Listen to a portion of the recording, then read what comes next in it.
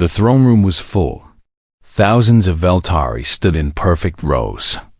The purple soldiers lined the walls. Attendants waited by the throne. Every eye was on the queen as she walked in. Doyen walked beside her. Not behind her. Not in front of her. Beside her. The Veltari soldiers stared at him with confusion in their red eyes.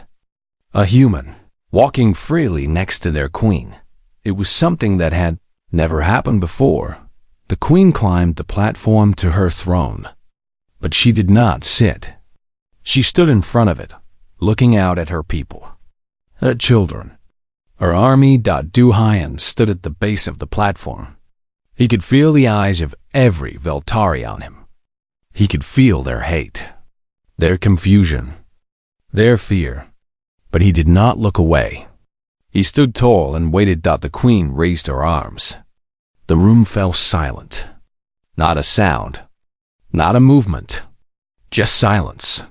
"My children," the queen said. Her voice echoed through the massive room.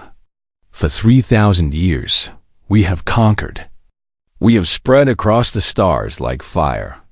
We have taken world after world, species after species. We have never known defeat. We have never known doubt. We have only known victory." The Voltari soldiers made a low humming sound, agreement, pride. "But today," the queen continued, "I stand before you changed. Today, I have learned something that no Voltari has ever learned. Today, I have seen what we could not see. I have felt what we could not feel." The humming stopped. Confusion spread through the crowd. The queen pointed at Doyen. "This human, this small, weak, soft creature, he has shown me a truth that shakes everything I believed. He has shown me what we are missing, what we have been missing for all of time." The purple soldier stepped forward. "My queen, forgive me, but I do not understand. This human is our enemy. He should be killed, not praised." "He is not our enemy," the queen said firmly. "He is our teacher. He has taught me what no one else could teach me. He has taught me why humans fight, why they never give up, why they are different from every other species we have conquered." "And why is that, my queen?" the purple soldier asked. The queen was quiet for a moment. Then she spoke one word, "Love." The word echoed through the room. The Voltari did not understand it. They had no word for it in their language. They had never needed one. "Love," the queen repeated. "It is a connection between beings.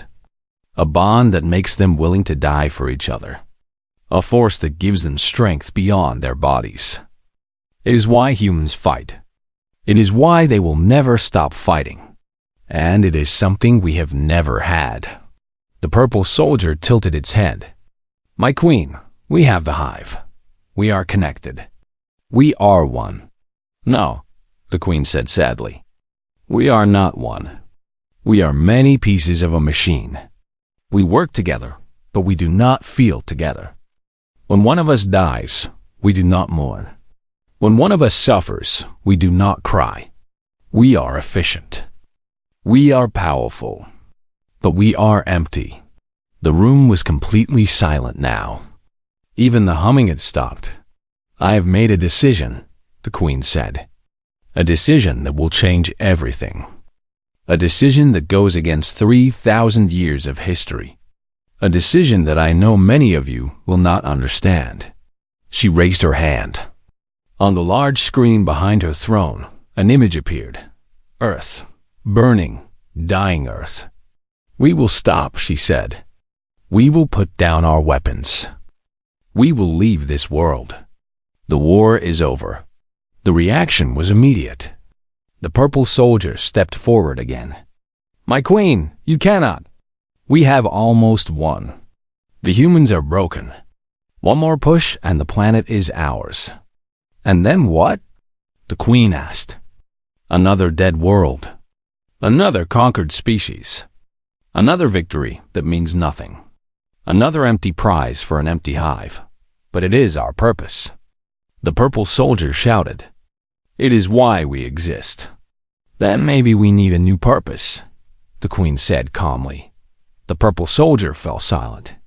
It stared at the Queen with something close to shock. In 3,000 years, no queen had ever questioned the purpose of the hive. No queen had ever stopped a conquest. It was unthinkable. I know this is hard to understand, the Queen said to the crowd. I know you feel confused, lost, maybe even angry. But I ask you to trust me. I have seen something beautiful today. Something that humans have and we do not. And I want us to find it too.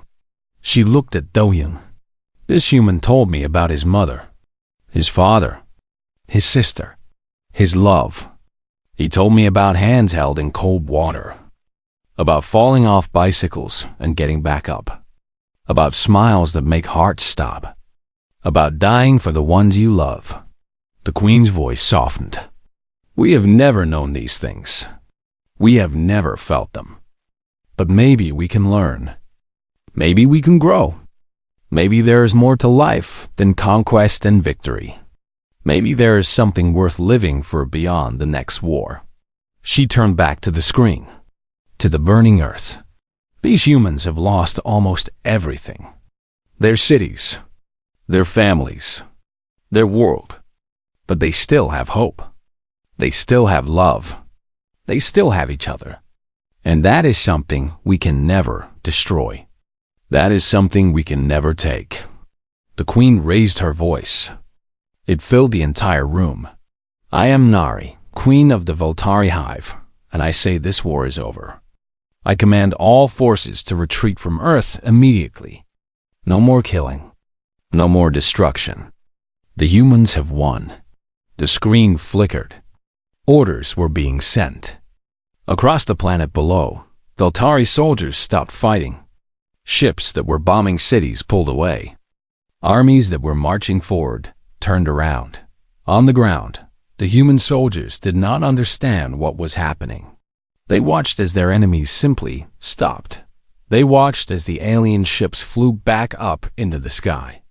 They watched as the massive mothership turned and began to drift away from Earth. In the throne room, the purple soldier approached the Queen. Its voice was quiet now. Defeated. What will we do now, my Queen? If we do not conquer, what is our purpose? The Queen looked at Do-hyun. He nodded slowly. We will learn, the Queen said. We will learn what it means to love. We will learn what it means to feel. We will learn what it means to be alive, truly alive, not just existing. It will take time, maybe thousands of years, but we will learn.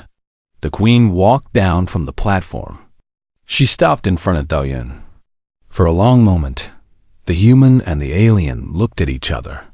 Thank you, the Queen said quietly, for showing me what I was missing. Do-hyun shook his head. I did not do anything special. I just told you the truth. That is the most special thing of all. The Queen reached out and touched Do-hyun's shoulder. Her long fingers were cold but gentle. It was a human gesture. A gesture of friendship. A gesture of peace. I will return you to your world, she said. To your people. To your sister. I hope you find her alive. I hope you can rebuild what we destroyed. I hope you can forgive us someday. Do-hyun looked at the Queen. This creature who had killed billions. This monster who had destroyed his world. And he saw something new in her eyes. Not a monster. Not a queen. Just a being trying to understand what it meant to be alive. Forgiveness takes time, Do-hyun said. But hope is for the brave. And I think you are very brave today. The Queen smiled. It was a strange expression on her alien face. But it was real. It was the first time in 3,000 years that she had smiled. 3 hours later, a small ship landed in Seoul. The door opened, and Private Do-hyun stepped out onto the broken street. Behind him, the ship flew away, back up to the mothership that was already leaving Earth's orbit. Do-hyun stood there for a long time, watching the alien fleet disappear into the stars. He thought about everything that had happened. About the war. About the queen. About the whisper that changed everything. Then he turned and started walking. He had a long journey ahead. The mountains were far away. The roads were broken. The world was damaged. But somewhere in those mountains, his sister was waiting.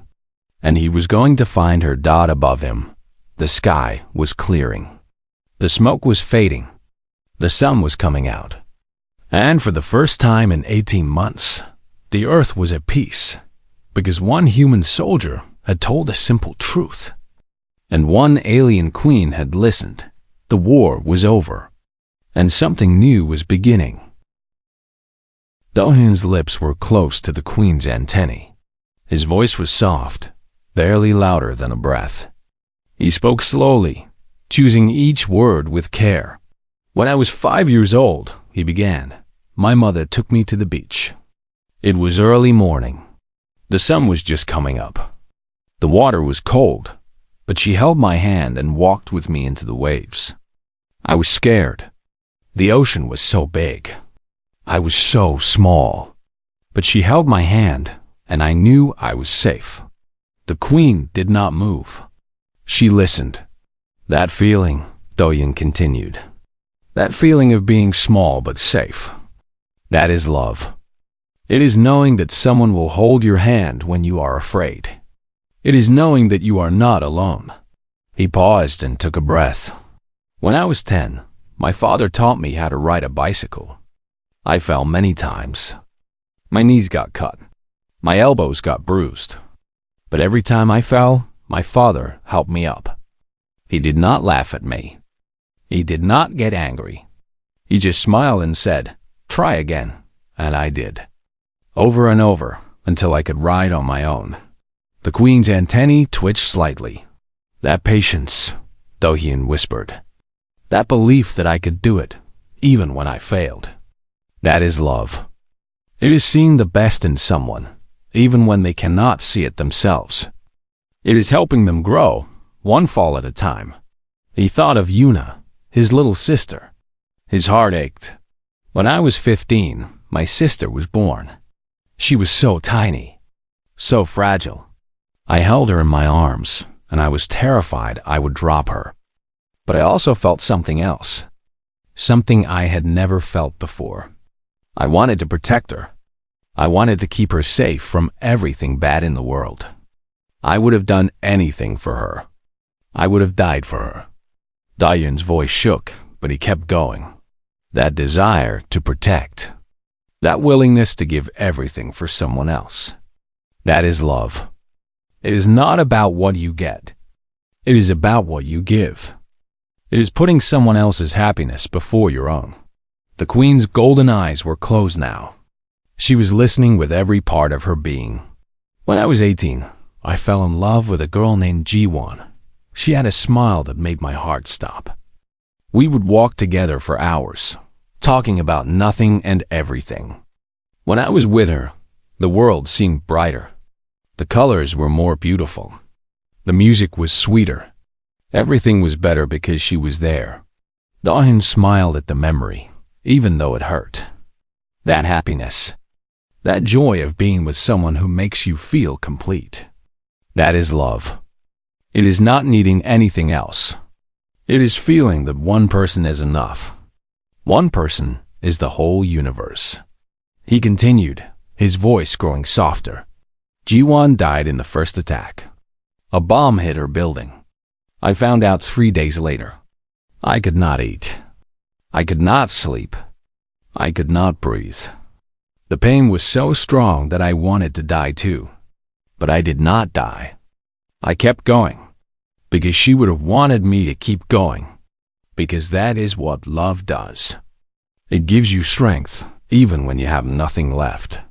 The queen made a small sound, almost like a sigh. When my mother died, Dohyun whispered, I sat with her body for a long time. I held her hand. I told her that I loved her. I told her that I was sorry for all the times I was impatient or angry or selfish. I told her that she was the best mother in the world. And even though she could not hear me, I know she knew. Because love is not just words. Love is everything we are. Tears were running down De-Yoon's face now. He did not stop them. When my father died, he was fighting. He was not a soldier. He was a teacher. But he picked up a gun and stood in front of our home. He stood there because we were inside. His family. His children. He died protecting us. He died with a smile on his face. Because for him, dying for us was not a sacrifice. It was a gift. Do-hyun leaned even closer to the Queen. You asked me why humans fight. Why we do not give up. This is why. We fight for the people we love. We fight for the memories we carry. We fight for the ones who died and the ones who are still alive. We fight because every person we love gives us strength. Every person we lose makes us stronger. The Queen was trembling. Her whole body was shaking. But she did not pull away. You asked me what love is, Do-hyun said. Love is my mother's hand in the cold water. Love is my father helping me up when I fall. Love is holding my baby sister for the first time. Love is Ji-won's smile in the morning light. Love is every moment I have ever felt truly alive. He paused. Love is not a weapon. It is not a tool. It is not something you can buy or steal or take by force. It is something that grows between people. It takes time. It takes trust. It takes giving parts of yourself away and hoping the other person will take care of them. Do-hyun pulled back slightly. He looked at the Queen's face. Her eyes were still closed. You have conquered 1,000 worlds, he said. You have all the power in the galaxy. But you have never felt what I just described. You have never held someone's hand and felt safe. You have never looked at someone and felt your heart stop. You have never cried for someone you lost and felt them still living inside you. The Queen opened her eyes. They were wet. Not with tears, because her kind did not cry, but with something else. Some kind of fluid that leaked from the corners of her golden eyes. She started, but her voice broke. You are alone, Do-hyun said gently. You have millions of minds connected to yours, but you are alone. You control everything, but you have nothing. You live for thousands of years, but you have never truly lived. That is why you cannot beat us, because we have something to fight for, and you have nothing. The Queen was silent for a long time. Her antennae drooped. Her shoulders fell. She looked smaller somehow, younger, more fragile. I did not know, she whispered. I did not know that life could be like this. I did not know that such things existed. Do-hyun stepped back. He sat down in his chair again. He waited. All my life, the Queen said slowly, I have only known the hive, the purpose, the mission. Conquer, expand, survive. That is all we are. That is all we do. We do not ask why. We do not question. We just act. And now? Do-hyun asked. The Queen looked at him. Her golden eyes were changed. There was something new in them. Something soft. Something almost human. Now I am asking why, she said. For the first time in 3,000 years, I am asking why. Why do we conquer? Why do we destroy? What is the point of it all if we never feel what you just described? Do-hyun nodded slowly. Those are good questions. I have killed billions of your people, the Queen said. Mothers, fathers, sisters, brothers, people who loved each other, people who held hands and taught each other to ride bicycles, people who smiled and cried and hoped and dreamed. I killed them all. And I never knew. I never understood what I was destroying. You understand now. The Queen stood up. She walked to the small window in the room. Through it, she could see Earth below. Still burning. Still dying. What have I done?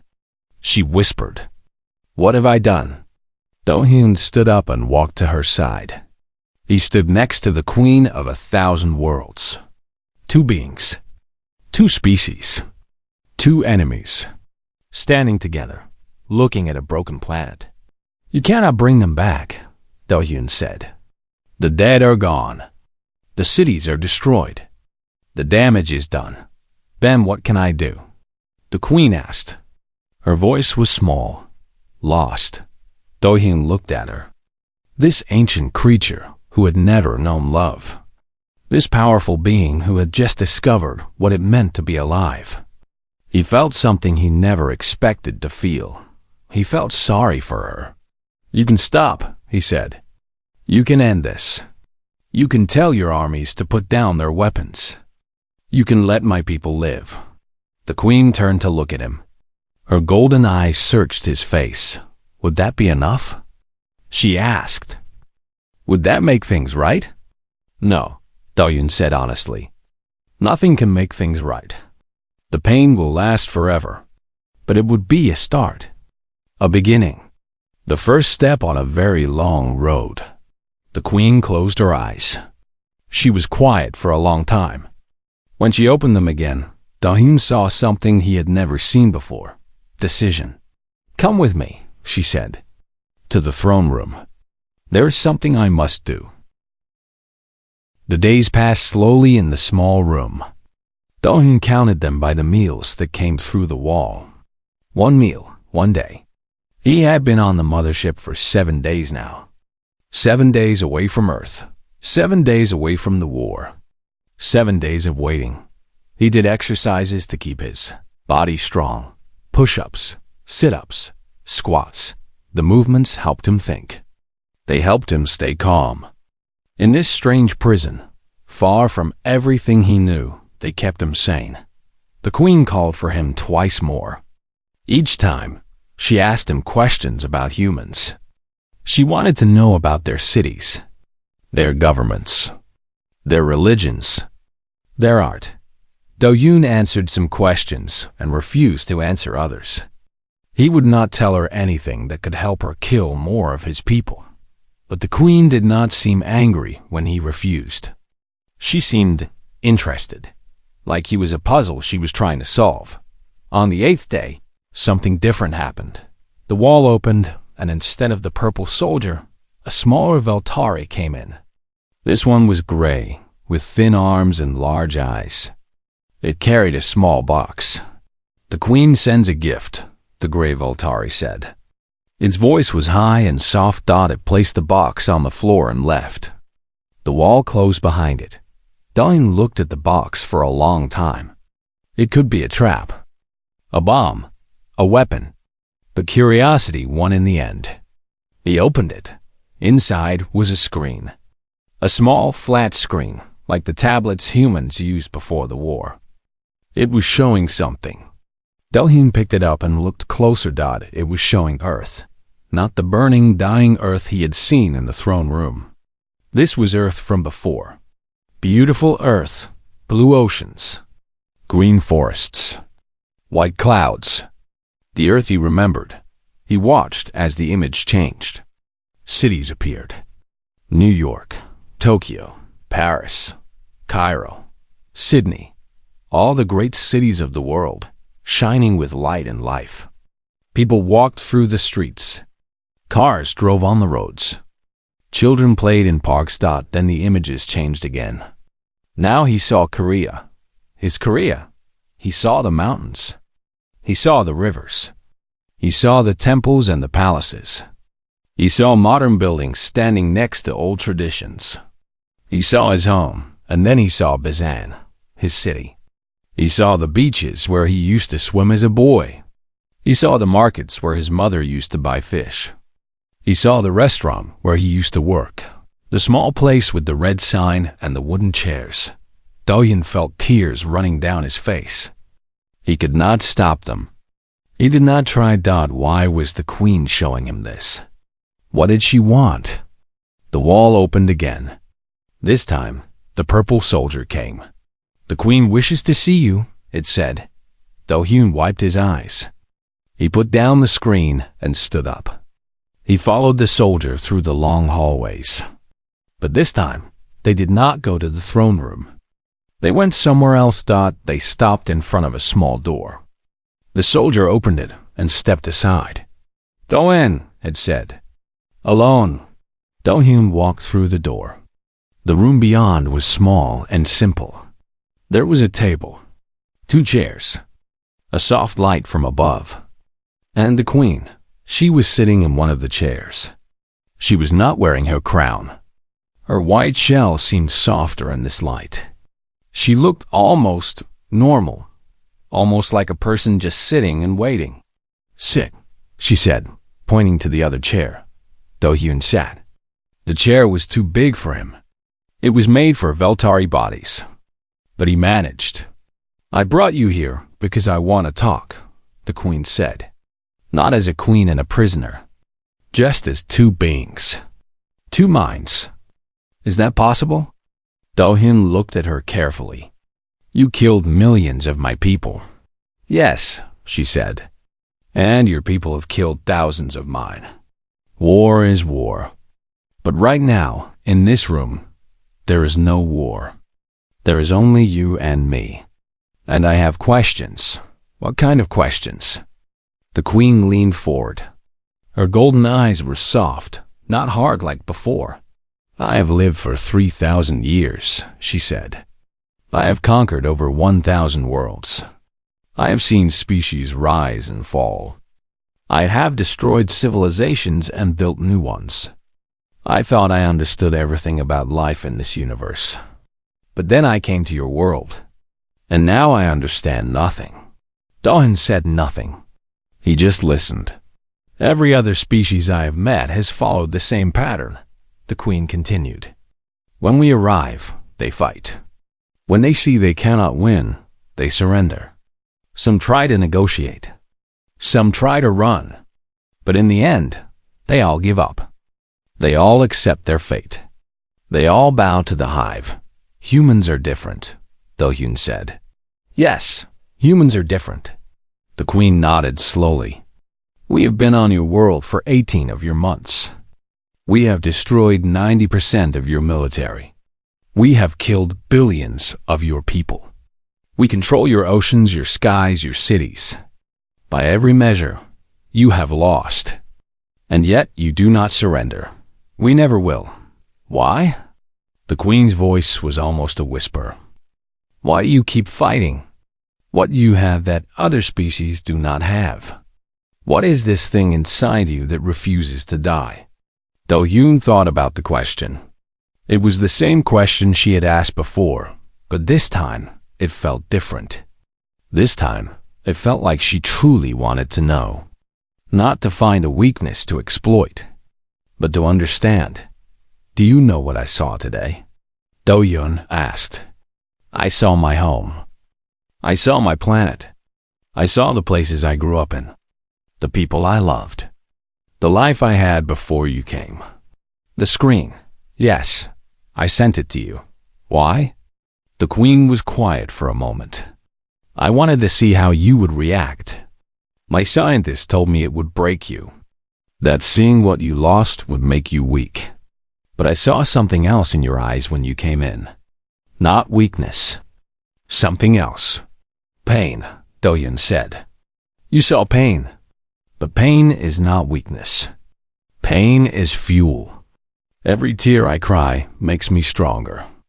Every memory I have makes me fight harder. That is what you do not understand. That is what you can never understand."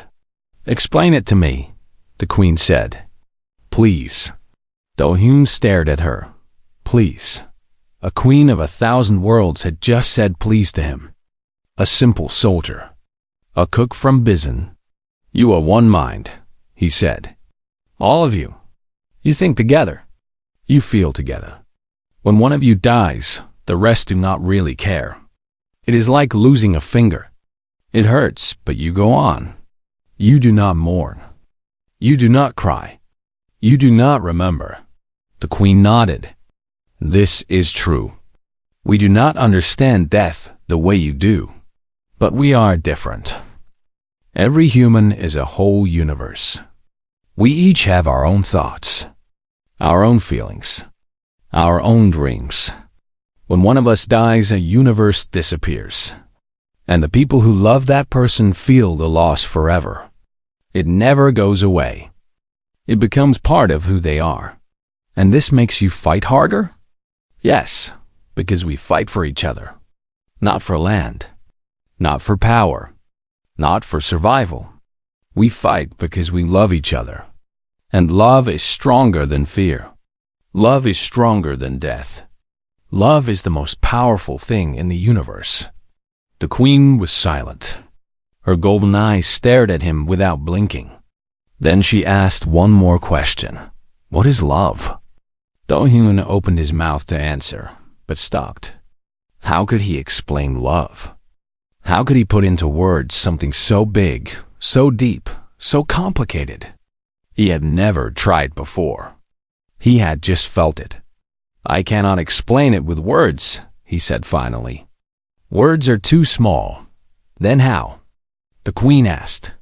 How can I understand? Do-hyun looked at her. This ancient creature who had conquered stars. This powerful being who controlled millions of minds. She was asking him, a wounded soldier, to explain the most human thing of all. And in that moment, Do-hyun made a decision. A decision that would change everything. Let me whisper it to you, he said. The queen tilted her head. Whisper? Yes, some things cannot be said out loud. Some things must be shared quietly, closely. Let me come close to you. Let me whisper in your ear. And maybe you will understand. The queen stared at him for a long time. No one had ever asked to come close to her. No one had ever dared. Her guards would have killed anyone who tried. But there were no guards here. Just the two of them. And she wanted to know. Very well, she said. Come. Diane stood up. He walked around the table. He moved slowly, carefully. He stopped next to the queen. She turned her head, showing him the place where her antennae met her skull. The place where she heard most clearly. Do-hyun leaned in close. He could smell her strange alien scent. He could feel the warmth of her body. He was close enough to touch her. Close enough to hurt her, but he did not hurt her. Instead, he began to whisper. The inside of the mothership was dark and cold. The walls were made of something that looked like bone. They curved and twisted in strange shapes. There were no lights, only a soft glow that seemed to come from everywhere and nowhere. Do-hyun walked through long hallways. The purple Veltari walked in front of him. Two black soldiers walked behind him. His hands were still tied. His arm was still bleeding. But he did not complain. He just walked. The ship was massive. It was bigger than any building Do-hyun had ever seen. They walked for what felt like hours. They passed rooms filled with strange machines. They passed tanks filled with green liquid. They passed thousands of Veltari soldiers standing perfectly still, waiting for orders. Finally, they reached a large door. It was made of some kind of dark metal. Strange symbols were carved into its surface. The purple Veltari touched the door, and it opened slowly. The room beyond was enormous. The ceiling was so high that Do-hyun could not see it. The walls were covered with glowing crystals. In the center of the room was a raised platform. And on that platform sat the queen. Do-hyun had never seen anything like her. She was beautiful in a terrible way. Her body was long and elegant. Her shell was white, pure white, like fresh snow. Her eyes were golden, just like the purple soldiers, but brighter. They seemed to shine with their own light. On her head sat a crown of twisted metal and gems. Around her, dozens of Veltari attendants moved silently. They brought her food. They adjusted her crown. They whispered in her ears.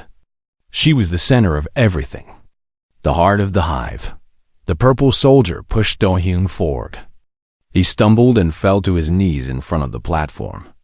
He looked up at the queen. She looked down at him. For a long moment, nobody spoke. The queen studied him. Her golden eyes moved over his body. She looked at his wounds. She looked at his dirty uniform. She looked at his face. Then she spoke. Her voice was different from the purple soldiers. It was smooth and soft, like silk. But there was power behind it. Do-hyun could feel it pressing against his mind. "So this is a human," she said.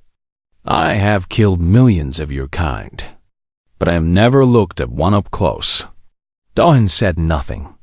He just stared back at her. The queen tilted her head. "You are smaller than I expected, weaker. Your body has no armor. Your claws are dull. You cannot fly. You cannot breathe underwater. You die so easily." She paused. "And yet you fight." "Yes," Do-hyun said. His voice was rough. "We fight. Why?" The queen leaned forward. Her golden eyes burned with curiosity. "I do not understand. Your planet is already lost. Your armies are destroyed. Your cities are ash. There is no hope for you.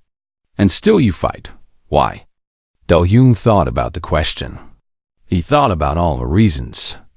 He thought about his family, his friends, his home. He thought about Yuna and her laugh. He thought about the taste of his mother's cooking.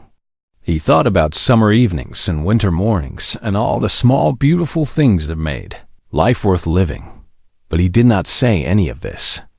Instead, he said, "Because we are human." The queen frowned.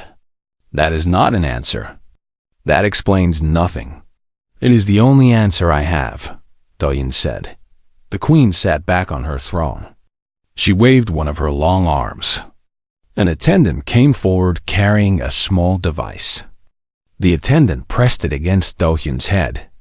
He felt a sharp pain, and then everything went black. When he woke up, he was in a small room. The walls were made of the same bone-like material as the rest of the ship. There was no window. There was no door that he could see. Just smooth walls and a cold floor. His hands were no longer tied. He looked at his arm. Someone had cleaned and bandaged his wound. It still hurt, but it was healing. Do-hyun stood up and walked around the room. He touched the walls. They were warm and slightly soft, like skin. He felt sick. He was inside something alive. The ship was not just metal and machines. It was a living thing. Time passed. He could not tell how much. There was no day or night in this place. Just darkness and that strange soft glow. Food appeared sometimes. A small hole would open in the wall and a tray would slide out. The food was strange. Some kind of paste that tasted like nothing. But Do-hyun ate it. He needed to stay strong. He thought about escape. But there was no way out. The walls had no cracks. The floor had no gaps. He was trapped completely. Sometimes he slept. He dreamed of home. He dreamed of Yuna. In his dreams, she was calling his name. She was saying, "Do-hyun, where are you? Do-hyun, come back." He always woke up with tears in his eyes. On what felt like the third day, something changed.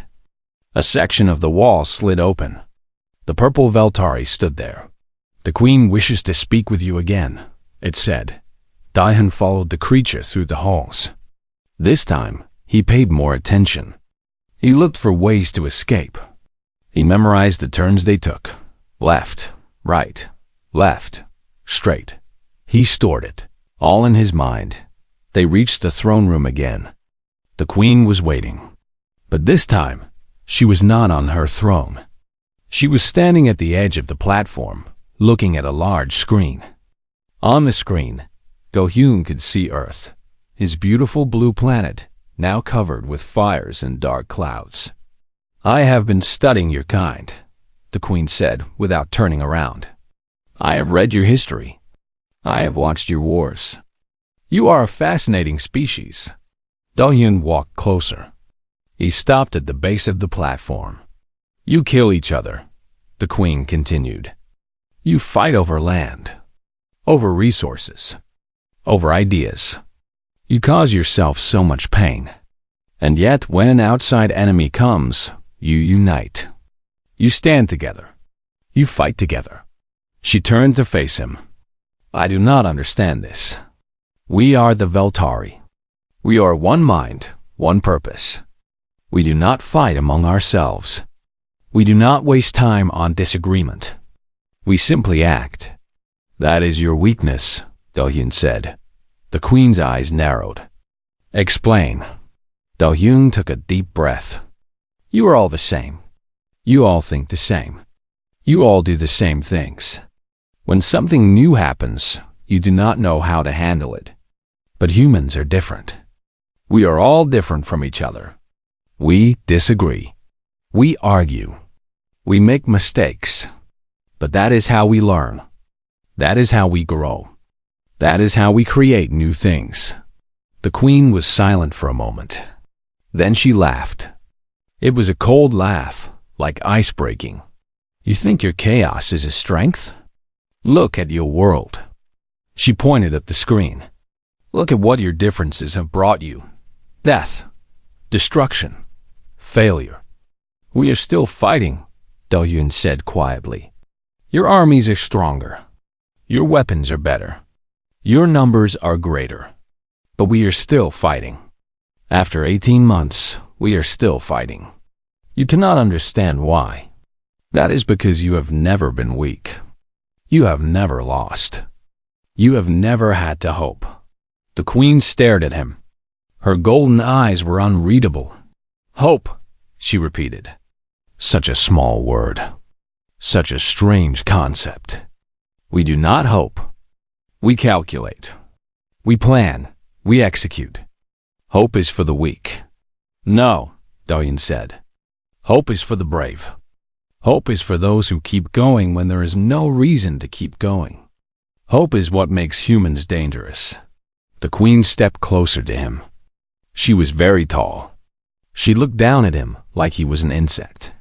But Do-hyun did not look away. He held her gaze. You are interesting, human, she said. Most of your kind beg for mercy when they stand before me. They cry. They promise to serve me. But you do not. Why? Do-hyun thought of Yuna. He thought of his parents. He thought of everyone who had died fighting. Because they are watching, he said. Everyone I have ever loved. Everyone who died for this world. They are watching me right now. And I will not shame them by begging. The Queen said nothing. She just looked at him with those strange golden eyes. Then she turned and walked back to her throne. Take him back to his cell, she said. I am not finished with him yet. The purple soldier grabbed Do-hyun's arm and pulled him away. As they left the throne room, Do-hyun looked back. The Queen was still watching him. And on her face was something he had never expected to see: curiosity. The sky burned red and orange. Smoke rose from the broken buildings of Seoul. The year was 2347, and Earth was dying. Do-hyun pressed his back against a crumbling wall. His rifle was almost empty. He had only 3 bullets left. Around him, the bodies of his friends lay still and cold. The battle had been going on for 6 days now. 6 days of running. 6 days of fighting. 6 days of watching good people die. The Voltari had come from the stars 18 months ago. Nobody knew where they came from. Nobody knew what they wanted. They simply arrived with their massive ships and started killing. Their armies were endless. For every Voltari soldier that fell, 10 more took its place. They were not like humans. They stood on 6 legs. Their bodies were covered in hard black shells. Their eyes were large and red, with no feeling behind them. They did not talk. They did not negotiate. They only destroyed. Do-hyun was 24 years old. Before the war, he was a simple man. He worked at a small restaurant in Busan. He liked to cook. He liked to read books. He had a younger sister named Yuna, who always laughed at his bad jokes. He had dreams of opening his own restaurant one day. All of that was gone now. A sound came from the street. The clicking sound of Veltari legs on broken concrete. Do-hyun held his breath. He counted the clicks. 1, 2, 3. At least 3 of them were coming. He looked at the sky. Through the smoke, he could see the massive Veltari mothership. It hung over the city like a dark cloud. It was so big that it blocked out the sun. From that ship, the Hive Queen watched everything. She controlled every Veltari soldier with her mind. They were all connected to her. When she gave an order, they obeyed without question. Do-hyun thought about his sister. The last time he saw her was 2 weeks ago. She had been evacuated to a bunker in the mountains. He hoped she was still alive. He hoped she was safe. That hope was the only thing keeping him going. The clicking sounds grew louder. Do-hyun raised his rifle. His hands were shaking. He was tired. So very tired. He had not slept in 3 days. He had not eaten in 2. But he would not give up. He would fight until his last breath. A Veltari soldier turned the corner. Its red eyes locked onto Do-hyun. It made a high screaming sound and charged at him. Do-hyun fired. The bullet hit the creature in its chest. Black blood sprayed out. The Veltari fell. 2 more came. Do-hyun fired again. 1 fell. He fired his last bullet. The second one stumbled, but did not fall. It kept coming. Do-hyun threw his empty rifle aside and pulled out his knife. The Veltari swung its sharp claw at him. Do-hyun ducked and stabbed upward. The blade went in the soft part under the creature's shell. It screamed and fell on top of him. Do-hyun pushed the heavy body away and stood up. He was bleeding. The claw had cut his arm. It hurt, but he did not have time to care. He could hear more clicking sounds. Many more. They were coming from all directions. Do-hyun ran. He ran through the broken streets. He jumped over piles of rubble. He passed burned cars and fallen buildings. The city he once loved was now a graveyard. Every corner held memories of a better time.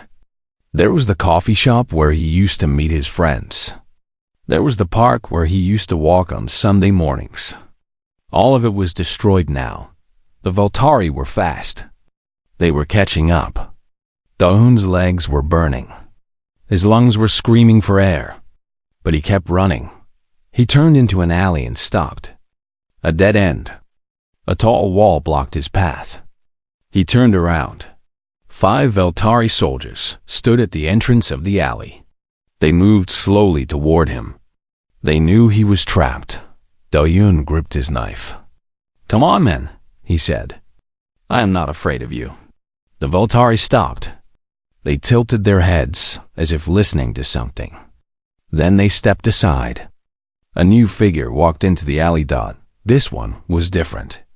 It was taller than the others. Its shell was not black, but deep purple. It wore golden rings on its legs. Its eyes were not red, but bright gold. And it walked on 2 legs, not 6. Do-hyun had heard stories about these ones. They were the elite soldiers, the Queen's personal guards. They were smarter than the others. They could think for themselves. The purple Veltari looked at Do-hyun. Then it spoke. Its voice was strange, like metal scraping on glass. But Do-hyun could understand the words. "Human, you fight well. The Queen wishes to see you." Do-hyun laughed. It was a bitter laugh. "So she can kill me herself?" "No, thank you. You do not have a choice," the purple Veltari said. "You will come, dead or alive. It makes no difference to the Queen." Do-hyun looked at his knife. He could fight. He could die here. But then he thought of Yuna. If he died, he would never see her again. And maybe, just maybe, if he stayed alive a little longer, he could find a way to escape. A way to get back to her. He dropped the knife. "Good choice," the purple Veltari said. Bind him. The black soldiers moved forward. They grabbed Doan's arms and tied them behind his back. The rope was rough and tight. It cut into his skin. Then they pushed him forward, out of the alley, into the burning street. Du Haiyan looked up at the sky. A small ship was coming down from the mothership. It was coming for him. He was going to meet the Queen. As the ship landed in front of him, Do-hyun felt fear. Real fear. The kind that makes your heart beat too fast and your hands go cold. But he pushed it down. He forced himself to stand straight. He was a human. He was a soldier. He would not show weakness. The door of the ship opened. The soldiers pushed him inside. The door closed behind him. The ship lifted off the ground and flew up toward the mothership. Through a small window, Do-hyun watched his city grow smaller. The fires, the destruction, the death. All of it grew smaller and smaller until it was just a dark spot on the earth below. He thought about his mother. She died in the first wave of attacks. He thought about his father. He died trying to protect their home. He thought about all the friends he had lost. All the soldiers who had fought beside him, they were all gone. And now he was alone, flying toward the heart of the enemy, flying toward the queen who had destroyed everything he loved. Do-hyun closed his eyes. He did not know what would happen next. He did not know if he would live or die. But he made a promise to himself. No matter what happened, he would not break. He would not beg. He would face the queen with his head held high. The ship flew higher and higher. The mothership grew larger and larger. And Private Do-hyun, the cook from Busan, who never wanted to be a soldier, prepared himself to meet the most powerful being in the galaxy.